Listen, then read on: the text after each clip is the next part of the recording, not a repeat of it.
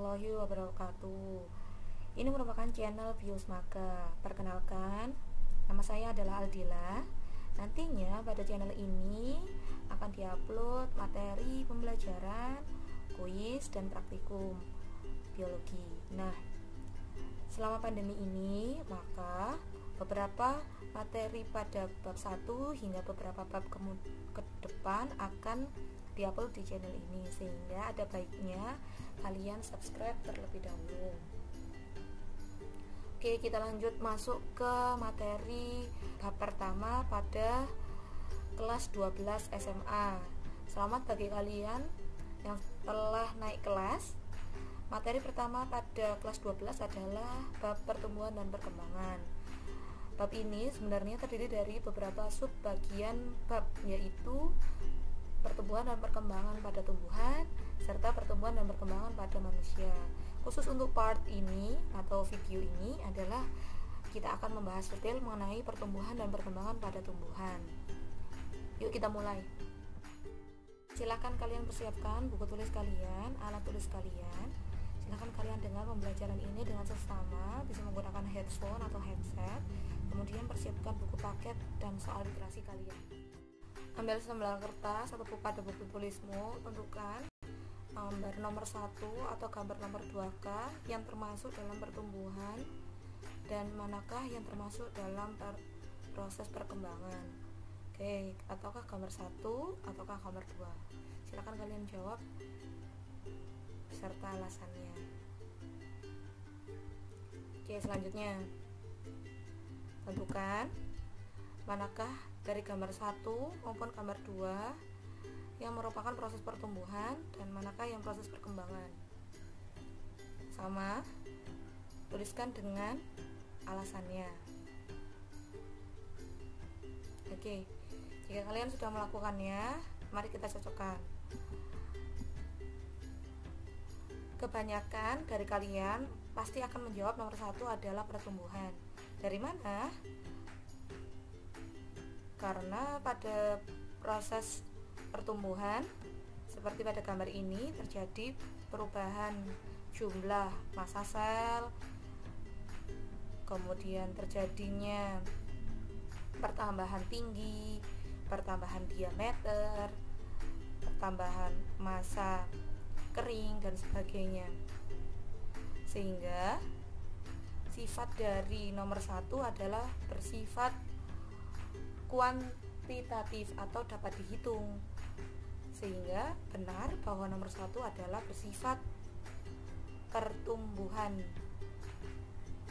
Sedangkan nomor 2 pasti kalian akan menjawab bahwa proses ini adalah proses perkembangan. Dengan ciri apa? Pada gambar ini sudah muncul bunga dan sudah muncul buah.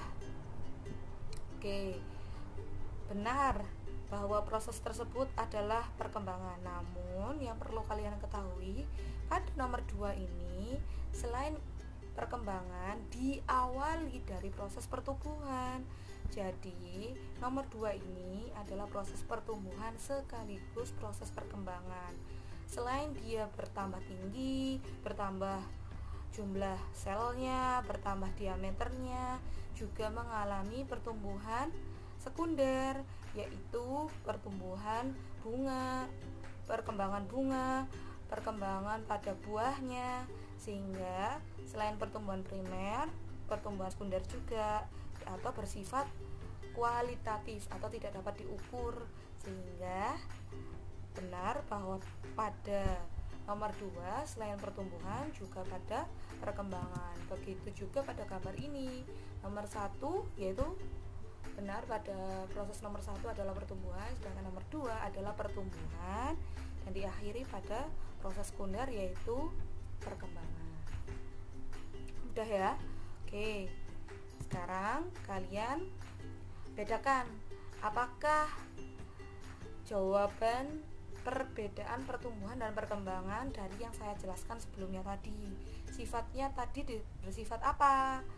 Kemudian pada perkembangan bersifat apa? Ada juga yang bersifat manakah yang tidak dapat kembali seperti semula, dan manakah yang dapat kembali seperti semula. Oke, yang manakah yang bersifat itu? Kemudian dilihat dari ciri-ciri apa saja: tinggi, adanya perubahan diameter, jumlah sel, massa, volume, dan sebagainya. Sedangkan ini membentuk jaringan kambium, titik-titik, dan titik-titik. Silahkan isi. Oke, pada buku tulis kalian. Oke, next. Sekarang kita akan membahas mengenai buah dan biji. Dari gambar 1 dan 2, yaitu pada buah mangga, manakah yang disebut buah dan manakah yang disebut biji? Tentu kalian sudah pernah makan buah mangga, bukan? Oke, tentukan manakah yang nomor 1 ataukah nomor 2 pada gambar ini yang disebut buah dan biji. Saya tunggu jawaban kalian. Oke, silahkan kalian tulis di selembar kertas atau buku kalian. Nomor 1, tentu saja ini adalah apa? Biji ya, yang tidak bisa kalian makan, atau bahasa Jawanya adalah pelok ya. Sedangkan nomor 2 adalah buah. Apa cirinya? Teksturnya lembut, berdaging, beraroma yang khas, berasa yang khas. Nah, itu adalah buah. Sedangkan biji biasanya yang keras ya. Oke, pada nomor 1, sedang kita belah, maka akan muncul seperti ini, A dan B. Apakah A dan B itu? Silahkan kalian jawab terlebih dahulu. Apakah bagian dari biji tersebut? Oke, nomor A adalah biji, sedangkan yang B adalah embrio, yang mana pada B ini nanti akan muncul seperti ini. Apa? Yaitu adalah calon tumbuhan baru, yaitu bagian calon akar dan calon daun, calon batang, dan sebagainya. Paham ya? Jadi nomor 1 adalah biji, nomor 2 adalah buah. Masih gampang. Sedangkan yang ini, ya, pada jagung, manakah kalian menyebutkan bagian yang biji dan buahnya? Oke, saya perjelas. Oke, ini ada gambar. Manakah bagian biji dan buahnya? Mungkin sebagian kalian akan menyebut bahwa buahnya terdapat yang kita bisa makan, sedangkan bijinya terletak di dalamnya, begitu ya? Tentu saja itu bukan jawaban yang tepat. Mari kita perjelas. Oke, pada satu saja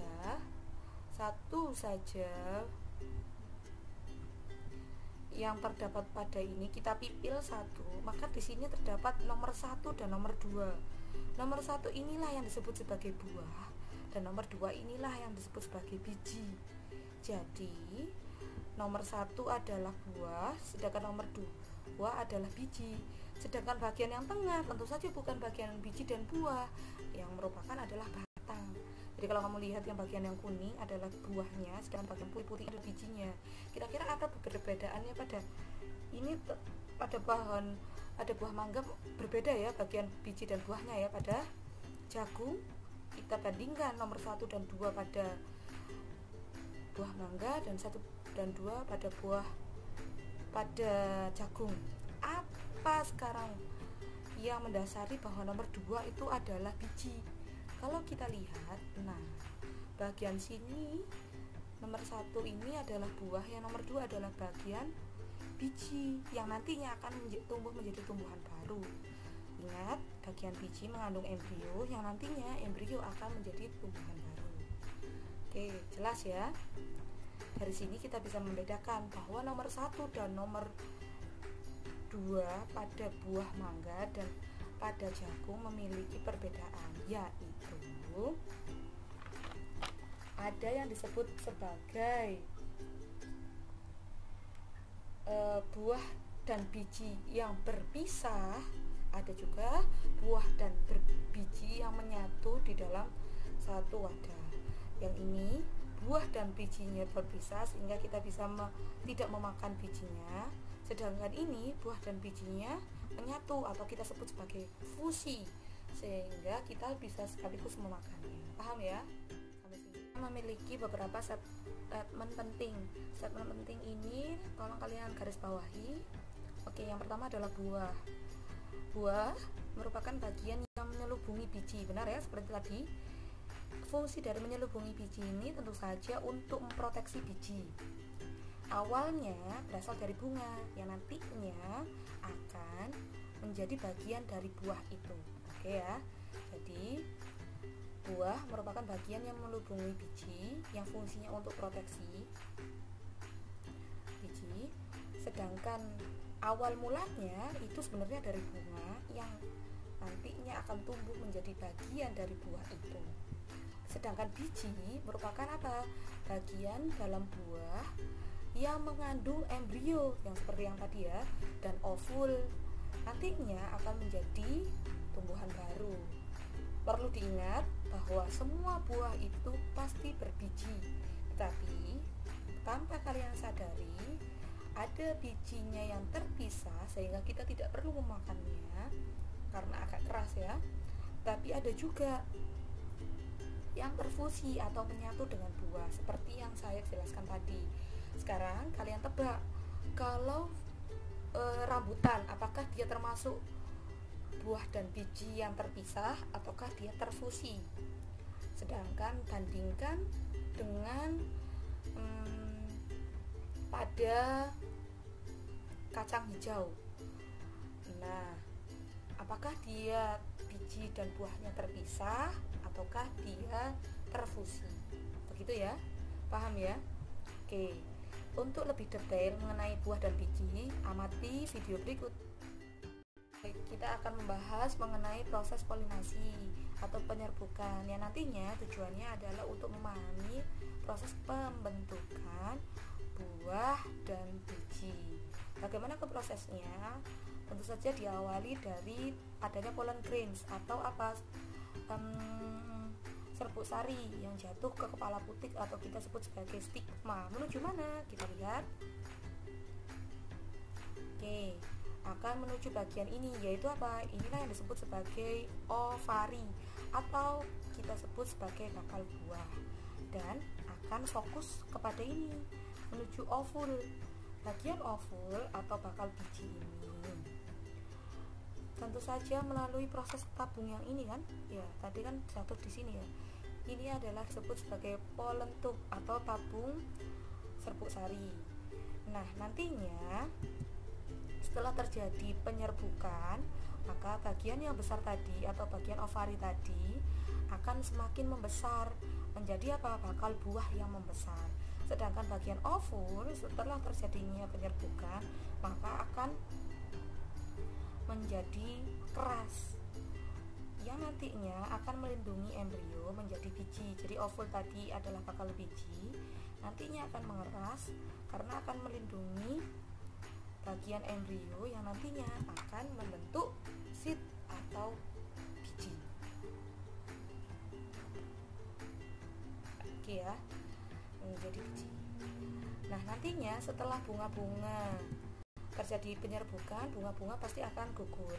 Setelah terjadinya gugur, maka bagian ovari tadi akan membesar. Bagian ovari tadi kan membesar ya, diikuti dengan perkembangan pada bagian ovul tadi. Ingat, bagian ovul tadi mengandung apa?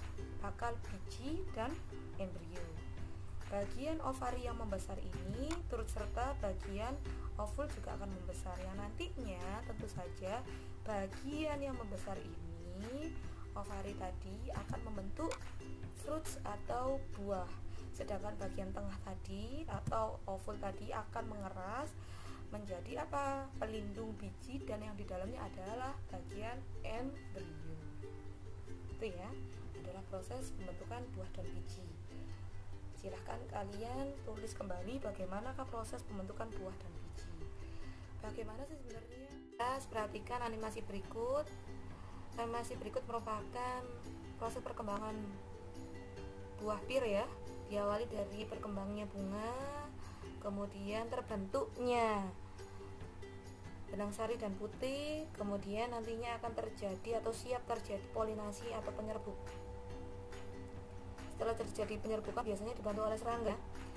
Itu bunga-bunga akan layu, benang sari juga akan gugur. Kemudian bagian yang dalam ini yaitu ovari akan semakin membesar diiringi dengan bagian di dalam yaitu ada ovul atau bakal biji juga ikut membesar dan membentuk biji. Nah, peristiwa membesarnya ovari ini nantinya akan lebih membesar, akan membentuk buah yang kalian makan ya, buah pir. Paham ya? Oke, sekarang kalian gambar proses pembentukan biji dan buah ini, dan gambarkan step by stepnya seperti yang saya jelaskan tadi. Contohnya ini adalah polong ya. Untuk polong seperti biasanya terjadi fertilisasi, kemudian pada ovari di mana di dalamnya terdapat beberapa ovul atau bakal biji. Ketika sudah terjadinya fertilisasi, maka kelopak dan putiknya semuanya akan berjatuhan, falls away atau berguguran. Kemudian masing-masing ovarinya, masing-masing ovulnya akan membesar, kemudian akan matang, akan membentuk suatu buah yang matang. Nantinya akan berpisah masing-masing, yang ketika satu bijinya ditumbuhkan akan menjadi tumbuhan baru dan berkecambah. Silahkan kalian gambarkan ya. Namun masing-masing buah dan biji itu mempunyai keunikan. Misalnya terdapat pada beberapa tipe, yaitu ada simple fruits, kemudian seperti polong-polongan ini ada aggregate fruits atau berry-berryan, kemudian multiple fruits atau seperti nanas, accessory fruits seperti apel. Mari kita bahas. Untuk simple fruits tadi sudah saya bahas ya, seperti ini, yaitu terdapat satu kelopak, satu bunga, satu putik atau karpel yang nanti akan dibuahi, kemudian bagian ovarinya membesar, di dalamnya terdapat banyak ovul atau bakal biji yang masing-masing bisa mengandung embrionya masing-masing. Contohnya apa? Ada polong-polongan, kemudian kacang-kacangan juga sama ya, seperti ini. Bagaimana dengan agregat? Kalau agregat itu ini gimana ini? Satu kelopak, satu bunga, tetapi terdapat banyak karpel atau putik ya. Ovarinya bagaimana? Masing-masing ya, ovarinya masing-masing, sehingga banyak karpelnya atau masing-masing. Sehingga ketika nanti besar, kamu akan mendapatkan bunganya satu, kemudian ovarinya banyak dengan putiknya juga banyak. Nah, nantinya kamu akan mendapatkan titik-titik ini. Nah, titik-titik itu apa? Titik-titik itu adalah kita sebut sebagai buah kurung atau dry fruits, atau bahasa ilmiahnya adalah aksen.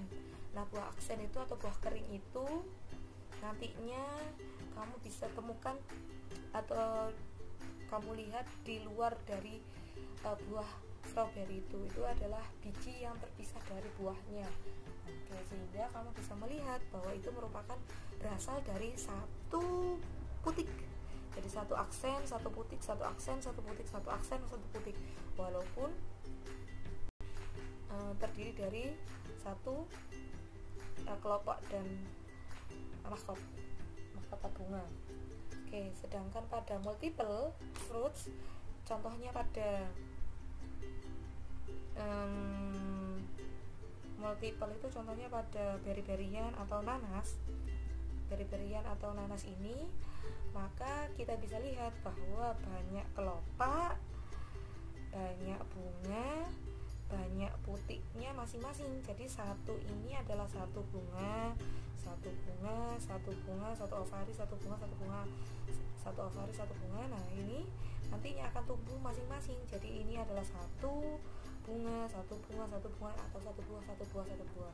Sehingga kalau kamu lihat pada nanas ini juga sama, satu mata pada nanas itu melambangkan satu flowers, satu flowers dan sebagainya ya. Oke, sedangkan contoh yang lain adalah accessory fruits. Untuk accessory fruit itu sebenarnya sama saja, jadi dari satu kelopak, satu bunga, satu putik. Tetapi pada khusus untuk accessory fruits, ovarinya itu membesar, lebih besar dibandingkan buah pada simple fruits, dikarenakan pada ovarinya itu terdapat jaringan yang membelah dengan cepat sehingga akan membesar pada bagian luar dari ovari, sehingga kita bisa merasakan buah yang lebih banyak atau lebih tebal. Nah, contohnya apa ya, seperti apel, pir dan sebagainya. Oke, kamu tadi sudah membahas mengenai atau memahami mengenai apa perbedaan biji dan buah, kemudian bagaimana proses pembentukan biji dan buah, macam-macam buah. Sekarang kita akan membahas mengenai struktur biji. Pada biji itu terdiri dari dua jenis biji, yaitu monokotil dan dikotil. Untuk dikotil kita akan mempelajari mengenai biji yang mudah saja, biji kacang hijau atau biji kacang merah. Sedangkan pada monokotil kita akan mempelajari biji jagung ya nanti. Oke, untuk mempelajari struktur biji tentu saja tidak hanya strukturnya, tapi juga bagian-bagiannya yang mempunyai fungsinya masing-masing, sehingga kamu harus lebih fokus mengenai bagian-bagiannya, sehingga nanti kamu bisa tahu bagian ini strukturnya apa, fungsinya apa. Oke, kita mulai ya. Untuk biji monokotil, dikotil, saya memakai biji kacang hijau. Perhatikan struktur berikut yang memanjang seperti ini. Jadi kalau kamu melihat biji kacang hijau mempunyai bagian yang seperti membuka, ini adalah disebut hilum. Kemudian ada titik atau titik pusat besar gitu, itu disebut mikrofil. Jadi diingat-ingat, bagian yang melebar sobek itu adalah hilum, sedangkan titik ini disebut mikrofil. Ketika nanti kita buka atau kita belah, di dalamnya terdapat banyak sekali strukturnya. Oke ya, bagian luarnya kita sudah memahami bahwa bagian luarnya ada hilum dan mikrofil. Oke, kita lihat bagian dalamnya. Oke, pada bagian dalam biji kacang hijau kita lihat strukturnya. Ada 5 bagian yang harus kamu pahami pada struktur biji dikotil. Yang pertama tadi bagian yang di luar ada mikrofil dan hilum. Bagian manakah yang lebar robek tadi, mikrofil ataukah hilum tadi? Dan bagian manakah yang seperti titik pori-pori atau tali pusat tadi, hilum ataukah mikrofil? Ayo, kamu tadi sudah memahami ya belum? Kemudian bagian yang ketiga, yaitu jangan lupa ini ada seed coat atau bagian yang menyelubungi proteksi pada biji. Jadi biji itu perlu diproteksi sehingga tidak mudah rusak. Ketika saya lihat di sini, ternyata ada 2 lapis. Jadi kalau kamu nanti membelah biji kacang hijau, ada bagian seperti tipis putih gitu, maka ada yang disebut tegmen atau inner seed coat, bagian dalam selubung, dan outside seed coat atau bagian luar pelindung yang disebut adalah testa. Jadi testa adalah bagian pelindung luar, tegmen adalah pelindung dalam. Diingat-ingat ya, khusus untuk biji dikotil saja. Kemudian bagian yang keempat adalah bagian yang terbesar, bagian yang hijau ini. Bagian ini adalah kotiledon. Nah, kotiledon untuk dikotil tentu saja 2 ya, 1 dan 2, maka disebut dikotiledons, yaitu apa? 2 kotil. Kemudian bagian yang kelima adalah embrio. Seperti yang kita tahu atau kita pelajari tadi bahwa masing-masing biji itu mempunyai embrio atau yang nantinya bisa menyebabkan satu biji itu menjadi individu baru. Di dalam embrio terdiri dari 3 struktur utama: plumulae atau bakal daun, hipokotil atau bakal batang, radicula atau radikel atau batang atau bakal akar. Saya ulangi, plumulae adalah bakal daun, hipokotil adalah bakal batang, sedangkan radicula adalah bakal akar. Kemudian bagian yang keenam adalah endosperm. Nah, ini diberi catatan khusus pada dikotiledon, endospermnya sangat kecil, bahkan tidak terlihat. Kenapa? Karena kotiledonnya menguasai arena pada biji dikotil. Sekarang kita ulangi. Nomor 1 apa? Mikrofil. Nomor 2 adalah hilum. Nomor 3 tadi ada seed coat yang terdiri dari tegmen dan testa. Bagian 4 adalah bagian yang lebih besar, yaitu kotiledon. Karena ini kita membahas kacang hijau, maka disebut dicotyledon. Bagian kelima yaitu embrio yang terdiri dari plumulae, hipokotil, dan radicula. Sedangkan yang keenam adalah endosperm, sangat kecil bahkan tak terlihat, maka bisa dialihkan sebagai kotiledon. Kita sekarang membahas mengenai fungsinya masing-masing. Mikrofil tadi atau pori tadi yang kecil tadi merupakan lubang kecil masuknya udara dan air. Jadi fungsinya adalah apa? Untuk keluar masuk masuknya udara dan air, sehingga nantinya biji yang kering, biji kacang hijau yang kering tadi, ketika nanti dimasuki oleh air dan udara, maka bisa untuk tumbuh. Hilum atau garis panjang yang tadi merupakan tempat keluarnya embrio. Dimulai dari apa? Ada yang dimulai dari radicula atau calon akar, ada juga yang dimulai dari mulai dari batang atau hipokotil. Kemudian seed coat tadi terdiri dari tegmen dan testa, selubung biji. Bagian manakah yang merupakan inner dan bagian manakah yang disebut sebagai outer? Ayo, tadi mana yang disebut inner coat dan bagian manakah yang disebut outer coat? Kemudian kotiledon seperti yang saya bilang tadi, bahasa Indonesianya adalah daun lembaga atau bakal daun. Kotiledon itu ketika dikotil maka 2 jumlahnya, monokotil 1 jumlahnya. Kemudian embrio tadi terdiri dari 3, apa saja tadi? Plumulae, hipokotil, dan radicula. Plumulae tadi fungsinya adalah merupakan bakal daun, hipokotil bakal batang, dan radicula adalah bakal akar. Sedangkan endosperm merupakan adalah cadangan makanan. Seperti yang saya bilang tadi, pada dikotil endosperm terdapat pada kotiledon atau tidak nampak secara khusus. Paham ya? Silakan kalian tulis, gambarkan, beri keterangannya masing-masing dengan bagus, rapi, dan diberi warna. Sekarang kita masuk ke struktur biji pada monokotil. Untuk struktur biji pada monokotil, saya mempunyai contohnya adalah jagung. Nah, seperti yang saya bilang, pada jagung itu buah dan bijinya terfusi, sehingga nanti kamu akan memperoleh bagian yang luar ini adalah seed coat-nya, sedangkan bagian yang kuning ini adalah buahnya.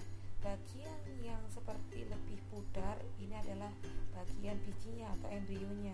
Nah, dia akan mempunyai hilum di dalamnya. Di sini terdapat pori kecil. Di sini terdapat pori kecil. Nah, tempat masuknya udara. Ketika saya belah, maka akan seperti ini. Nah, pada jagung itu dia memiliki lapisan luar saja, tetapi tidak ada lapisan dalam. Bagian luar tadi disebut apa?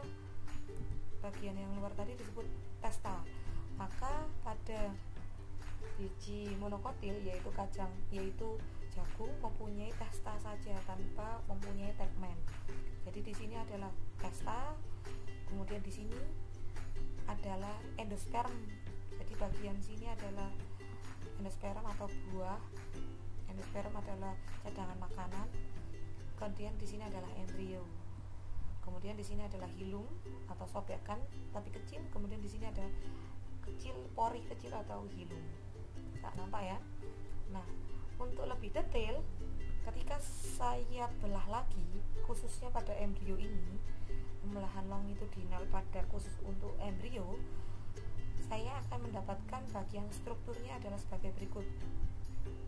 Bagian embrionya terdiri dari 3, seperti pada biji kacang hijau tadi ya. Ada epikotil, yaitu adalah calon bakal daun, hipokotil yaitu calon bakal batang, dan radikula yaitu calon bakal akar. Namun khusus untuk biji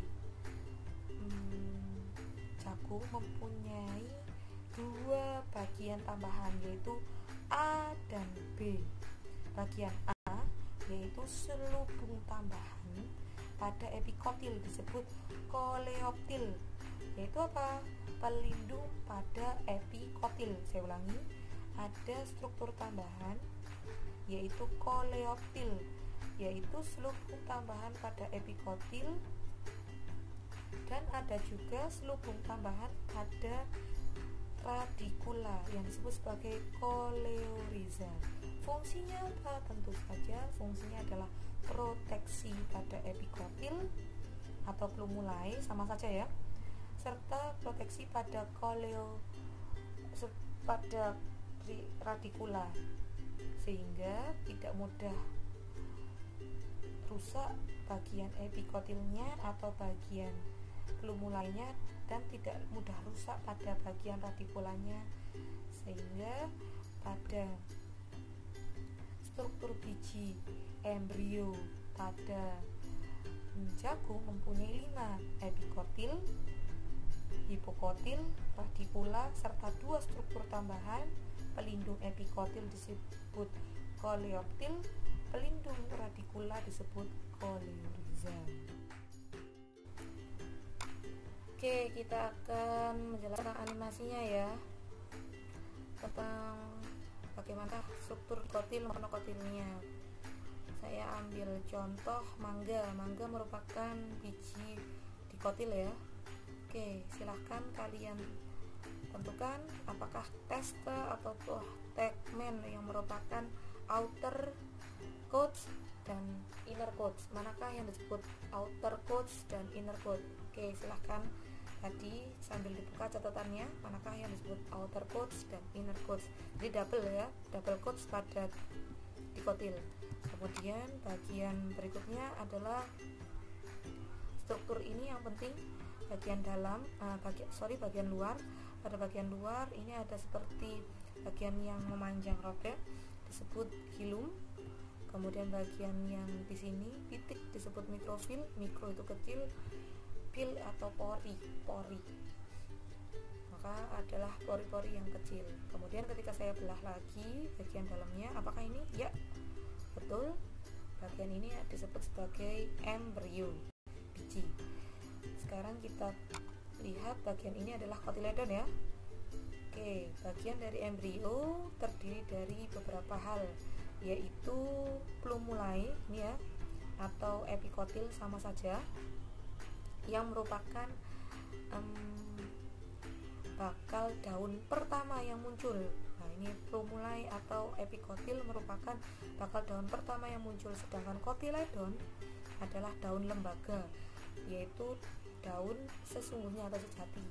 Kemudian bagian ini atau disebut axis itu merupakan hipokotil, yaitu calon batang, sedangkan ini adalah radikula atau calon akar. Nah, ya, yang tadi adalah bagian-bagian dari mango seed.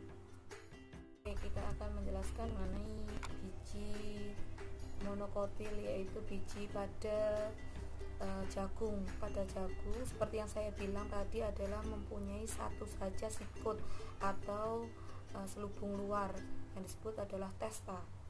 Kemudian bagian lain-lainnya adalah sebagai berikut: endosperm yang besar. Endosperm yang besar ini yang membedakan antara monokotil dan dikotil. Jika pada monokotil mempunyai endosperm yang besar, pada dikotil tadi bagaimana? Digantikan oleh kotiledon. Benar sekali. Kemudian pada bagian ini adalah embrio. Benar ya, pada bagian ini adalah embrio ya. Nah, kemudian pada bagian embrio ini terdiri dari beberapa struktur, yaitu, namun sebelumnya kita akan membahas ini ada aleron layer. Aileron layer itu adalah bagian dari pemisah antara endosperm dan cotyledon. Jadi bagian pemisah antara endosperm dan cotyledon adalah aileron layer. Kemudian di sini adalah scutellum atau scutellum ini sama dengan istilahnya adalah cotyledon. Sekarang kita akan membahas mengenai struktur dari embrio. Struktur dari embrio ada plumulae, ada radicula, dan tengah-tengah tadi sebenarnya ada hipokotil ya. Kemudian struktur selubung dari plumulae adalah coleoptil. Kemudian struktur dari pelindung radicula adalah oleoriza. Jadi ada 5 ya. Coleoptil, plumulae, di sini ada hipokotil sebenarnya, ada kemudian radicula dan oleoriza. Kali ini kita akan melakukan quiz. Kita sudah mempelajari dari depan hingga detik ini. Apakah kalian benar-benar memahaminya? Silahkan kalian untuk ambil selembar kertas dan jawab berdasarkan video yang akan saya putar setelah ini. Jawablah dengan tepat dari pertanyaan-pertanyaan berikut. Oke ya, siap ya? Silahkan amati dulu pertanyaannya sebelum kalian melihat atau mengamati video yang akan saya putar. Oke, apa itu perkecamahan? Bagian manakah dari embrio dikotil atau monokotil yang pertama kali muncul? Kemudian bagian embrio muncul pertama kali itu melalui struktur apa pada biji? Apakah yang disebut pelindung calon akar dan daun? Dan bagaimanakah proses perkecamahan bisa terjadi? Oke, yuk kita mulai. Ini monokotil ya, jagung. Nah, ini ketika sudah dibelah, maka bagian yang ini disebut scutellum. Apa tadi scutellum? Itu embrio. Bagian yang ini sengaja dihitamkan, diberi iodin sehingga nampak seperti hitam karena ini merupakan endosperm atau cadangan makanan kan. Bagian ini tadi apa disebut apa, yang bagian tepi ini? Benar, embrio. Oke, ketika terjadi pertumbuhan yang muncul pertama kali, benarkah coleoptil? Nampak dari atas ya ini. Mulai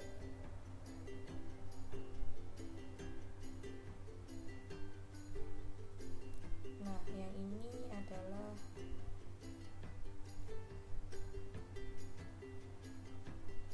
tampak bagian bawah. Yang pertama kali muncul apa ternyata? Melalui struktur apa? Jangan lupa dilihat.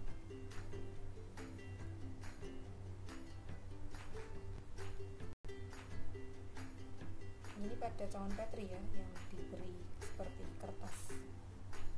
Oke, sekarang pada kaca merah dikotil. Ini tampak pertumbuhan dari atas. Oke, stop. Kita lihat bagian ini adalah cotyledonnya. Kemudian di sini adalah hipokotilnya, carung batangnya. Di sini adalah plumulae atau epikotil.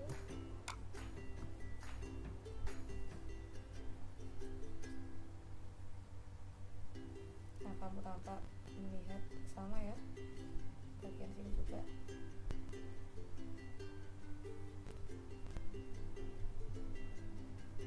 Kemudian kamu lihat bagian yang ini epikotil atau plumulae. Kemudian ini cotyledon. Ini bitter itu mengkerut dan nantinya akan kering, nantinya akan lepas. Hipokotil, calon batang. Sekarang kita lihat dari tampak bawah, apakah struktur pertama kali muncul, bagian manakah struktur yang mengeluarkannya? Kalian amati sendiri. Oke, sama tadi diletakkan di cawan Petri. Oke, sampai di sini dulu. pembahasan kita tentang pertumbuhan dan perkembangan pada part 1. Untuk part yang kedua kita akan lebih mendetail tentang perkecambahan, tipe-tipe perkecambahan, kemudian bagaimanakah faktor internal dan eksternal pada pertumbuhan bisa memengaruhi tumbuh dan kembangnya tumbuhan dan sebagainya. Oke, see you. Assalamualaikum warahmatullahi wabarakatuh.